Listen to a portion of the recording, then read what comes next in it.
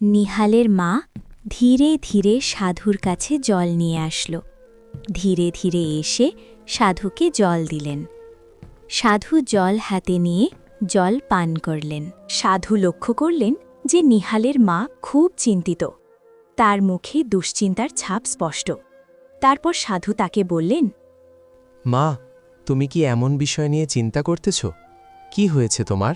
খুলে বলো, আমি যদি তোমায় একটু সাহায্য করতে পারি। কি আর বলবো আমার দুঃখের কথা। আমার স্বামীর নুন আনতে পান্তা ফুরায়। আজকে আমার স্বামী, সন্তান ও আমি 2 দিন ধরে কিছুই খেতে পারিনি, শুধু পানি খেয়ে বেঁচে আছি। এত চিন্তা করো না মা, আমি তোমাকে কিছুই দিতে পারলাম না। এই নাও একটি পুটলি। এখানে একটি জাদুর আম গাছের চারা আছে। তোমার স্বামীকে বলবা এটা যেন মাটিতে পুঁতে দেয়। আর জাদুর গাছের আম সারা বছরই থাকবে। তোমরা যদি লোভ করো তো এই গাছ চিরতরের জন্যে মরে যাবে। এটা কেন আমাকে দিতেছেন সাধু বাবা? এটা তো আমি চাই নাই। সাধু বাবা কিছু না বলে চলে গেলেন। এদিকে নিহালের মা ঘরের ভেতরে চলে গেলেন।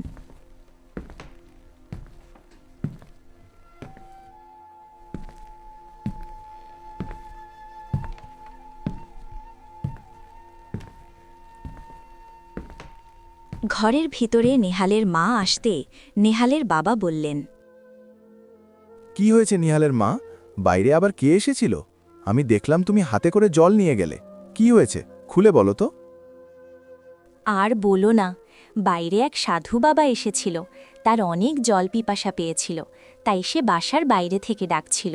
আমি তাকে জল নিয়ে গিয়ে দিলাম।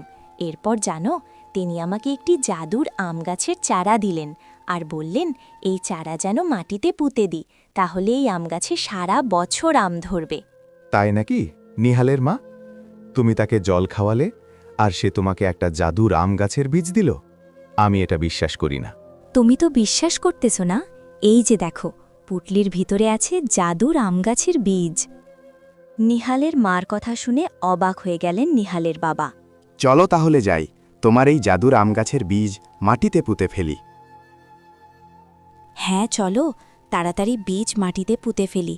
আর এইবার যদি ভাগ্য বদলায় আমাদের।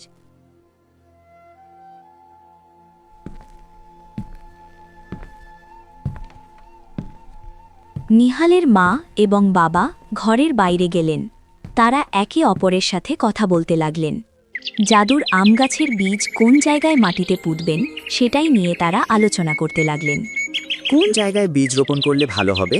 নিহালের মা, আমি তো বুঝতে পারছি না কোন জায়গায় চারাগাছটি ভালো হবে বলো তো। ওই যে ফাঁকা জায়গাটা দেখতেছো না, নারিকেলের গাছটার পাশে যে ফাঁকা জায়গা আছে, আমার মনে হয় ওখানেই আম গাছটি ভালো হবে। নেহালের বাবা ধীরে ধীরে নারিকেল গাছের কাছে গিয়ে দাঁড়ালেন। তারপর হাত দিয়ে মাটি খুঁড়লেন। মাটি খুঁড়ে তিনি বীজটি সেখানে পুঁতে দিলেন। এই দেখো নিহালের বাবা, বীজটি কত তাড়াতাড়ি বড় হচ্ছে। এটা তো দেখে সত্যিই জাদুর আম গাছ। এত তাড়াতাড়ি কিভাবে সম্ভব? নিহালের বাবা ও মা দুজনেই অবাক হয়ে গেলেন। জাদুর বীজটি খুব দ্রুত বড় হয়ে এক বিশাল আম গাছে পরিণত হল। নিহালের বাবা, আমি তো বলেছিলাম না, এটা একটা জাদুর আম গাছের বীজ। তুমি তো আমার কথা বিশ্বাসই করতে চাওনি। সাধু বাবা আমাদের অনেক বড় সাহায্য করলেন।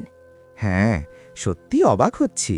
দেখছো গাছটা কত দ্রুত বড় হয়ে এত আম ধরেছে। এই আম বিক্রি করে আমাদের সংসারও ভালো চলবে।